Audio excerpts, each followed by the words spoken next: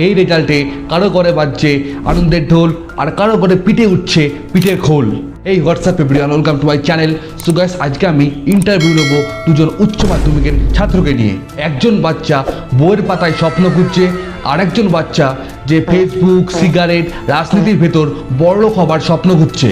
তাহলে চলো এই দুজন উচ্চ মাধ্যমিকের টপার আর ফেলিয়ারকে নিয়ে ভিডিওটা শুরু করা যাক। এই ভিডিওতে কিছু কথা থাকবে যা সোজা বুকের ভিতর লাগবে, হাসাবেও কাঁদাবেও। চলো শুরু করি।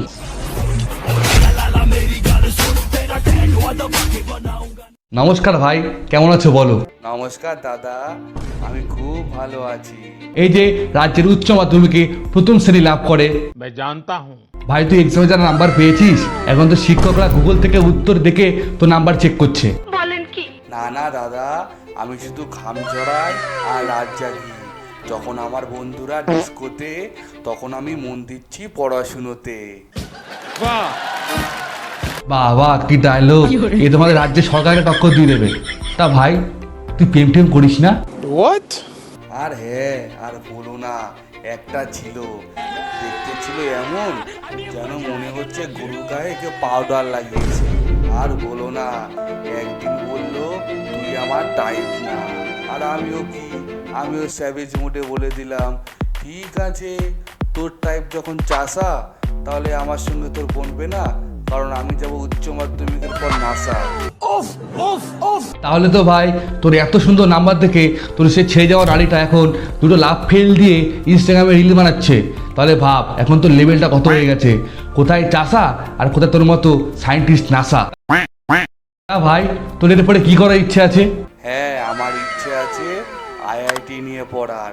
আইআইটি নিয়ে পড়ে সফটওয়্যার ইঞ্জিনিয়ারিং হয়ে তারপর আমি সিলিকন ভ্যালিতে গিয়ে ভালো একটা সুন্দর অ্যামাউন্টে জব করতে চাই। अच्छा। তার রাজ্যের প্রথম বলি বন্ধুরা কি মদ মাংস খাওয়াসনি, ফার্স্ট হয়েছিস বলে কথা। ঠিক বলেছো।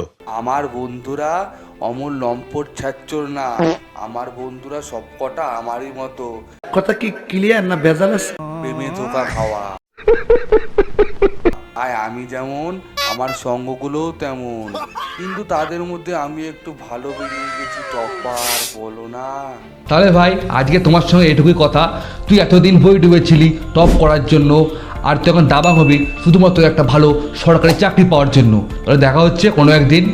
বন্ধুরা, এই টপারকে নিয়ে আজকে এটুকু ইন্টারভিউ ছিল।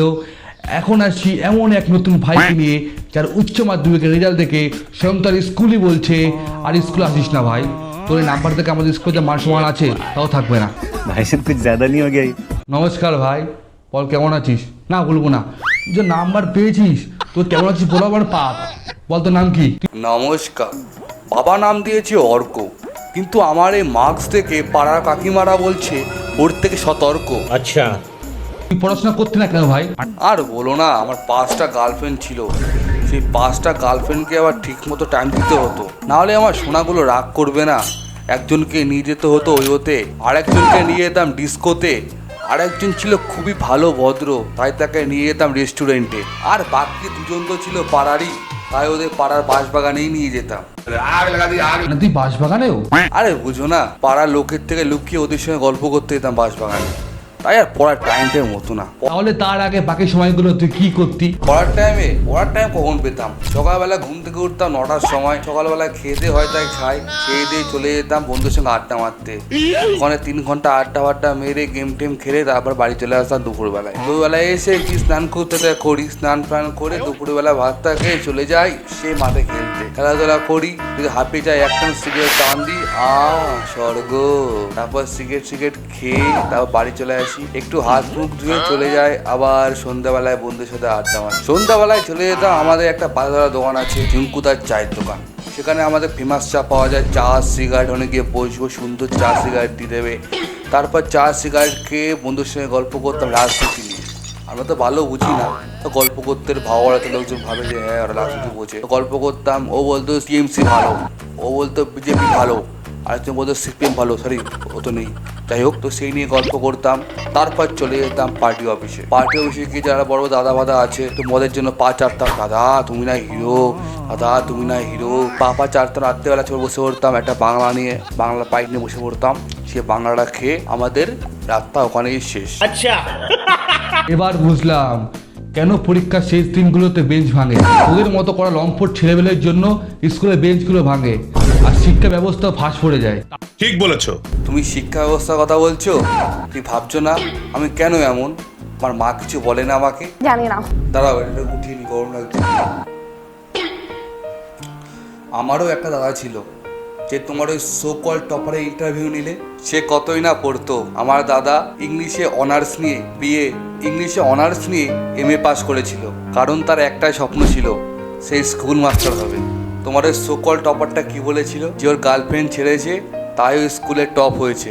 আমার দাদা সারা দিন রাত জেগে শুধু পড়াশোনা করতো আমার মা, আমি আর আমার হবু বৌদিকে সুখে রাখার জন্য। বাবা ছোটোবেলায় মারা যায়, আমাদের দাদাই ছিল ভরসা। তাই আর কি, আমার দাদা যা খাটাখাটনি করতো, চাকরি তো হবে এটা শিওর। তারপর তার খুবই সুখের চাকরি হয়ে গেল, স্কুল মাস্টারের চাকরি। আমাদের ভালোই সুখের সংসার ছিল। তারপর হঠাৎ করে খবর আসে যে আমাদের পশ্চিমবঙ্গ সরকার আর যার তারা পা চেটে মন্ত্রীগুলো আছে, যারা যারা ঘুষকে অযোগ্য লোকদের চাকরি দিয়েছে স্কুল মাস্টারের, তাদের সবার চাকরি বাতিল। সাথে কি হলো? আমার দাদা যে দিন রাত জেগে সততার সাথে চাকরি পেয়েছে, তার চাকরিটা বাতিল হয়ে গেল। তখনই আমাদের মাথায় নেমে গেল একটা বড় ধস। তাই আমার দাদা এটা সহ্য না করতে পেরে, আমার দাদাও আমার বাবার মতো চলে যায় না ফেরার দেশে। তাই বলে তুই তোর ভবিষ্যতের স্বপ্ন হারিয়ে ফেলবি? তোর মাকে কে সুখে রাখবে বল? চাকরির জন্য খাট। দাদা এখন চাকরি পেতে ঘুষ লাগে, আর যদি চাকরি পেয়েও যায়, বাড়ির সামনে দালাল এসে বলে তোমার বাবা কত টাকা আছে, বাবা জমি কত আছে। তাই আমি ভাবি বেকার থাকি, অন্তত আত্মসম্মানটা থাকবে। আত্মসম্মান পকেটে থাকলে পকেট ফাঁকা থাকে ভাই। আমার দাদার মতো সততার সাথে চাকরি পেয়েও, চাকরি হারিয়েও যাতে লোকজনের কাছে কথা না শুনতে হয় যে আমি ঘুষ দিয়ে চাকরি পেয়েছি। আর তুই তো রাস্তায় দাঁড়িয়ে ভবিষ্যৎ চাই চিল্লাচ্ছিস, অথচ নিজের ভবিষ্যৎ বাড়াবার জন্য একটু পড়তে পারিস নাই। দাদা স্বপ্ন তো আমারও ছিল, কিন্তু সমাজ আমাদের বলে ঘুষ না দিলে চাকরি পাবি না, তাই বাড়িতেই বসে থাক। হ্যাঁ, সেটাই তো আজকের কথা। যেখানে ট্যালেন্ট থেমে যায় আর ঘুষ হাঁটতে থাকে, যেখানে পড়ালেখা কম, শুধু ঘরে ঘরে কানেকশন বেশি, এই সমাজে তোরা শুধু হেসে ফেলিস আর ভিতরে গোটা একটা জাতি মরছে। তাহলে দাদা আসছি, কি আর করবো বলো, এখন এইভাবে বাঁচতে হবে। দেখা হবে কোনো একদিন তোমার সাথে এক চা সিগারেটের টানে। আজকের গল্প দুটো আলাদা, কিন্তু সিস্টেম একটাই। একটা ছেলে মেয়ের প্রেমে ধোঁকা খেয়ে রাত জেগে পড়ে, অন্যজন রাজনীতির নাম করে গাঁজা টানে, কিন্তু শেষ অবধি সমাজ তাদের কাউকেই ঠিকঠাকভাবে হাতে ধরে না। আজকের মজার মধ্যে লুকোনো ছিল অনেক বাস্তবতার কষ্টের কথা। একজন জিতেছে কারণ সমাজ থেকে ধাক্কা দিয়েছে সফল হওয়ার জন্য, আর একজন হেরেছে কারণ সমাজ তাকে ভয় দেখিয়েছে ঘুষ, পলিটিক্স আর নেশার জন্য। আর সেই ভয়ে সে বেছে নিয়েছে সহজ রাস্তা, নিজের স্বপ্নকে গলার পেয়ে মেরে ফেলা। তাই সবাইকে বলছি, স্বপ্ন দেখো কিন্তু চোখ খুলে, কারণ সমাজ তোমার জন্য কিছু করবে না যদি না তুমি নিজের জন্য দাঁড়াও। এই সমাজে ট্যালেন্ট লাগে না, লাগে শুধু কানেকশন। আর যদি কানেকশন না থাকে তাহলে চপের দোকান দিয়ে হলেও সামনে এগো, তা না হলে তুমিও হারিয়ে যাবে এই ব্যাকবেঞ্চারের মতো। তো বন্ধুরা, আজকের ভিডিওটা আমি এখানে শেষ করতে চলেছি। আজকের ভিডিওতে বাস্তবতা আর রিয়েলিটি চেক আর ফানের মজার মধ্যে তোমাদের কোন পার্টটা সবার থেকে বেশি ভালো লেগেছে সেটা আমাকে কমেন্টে বলতে পারো। তাহলে দেখা হচ্ছে কোনো একটা সুন্দর নতুন ভিডিও নিয়ে। আর ভিডিও শেষ করার আগে একটা কথা বলতে চাই, ভিডিওটা লাইক, কমেন্ট আর মনে করে সাবস্ক্রাইব করে দিও।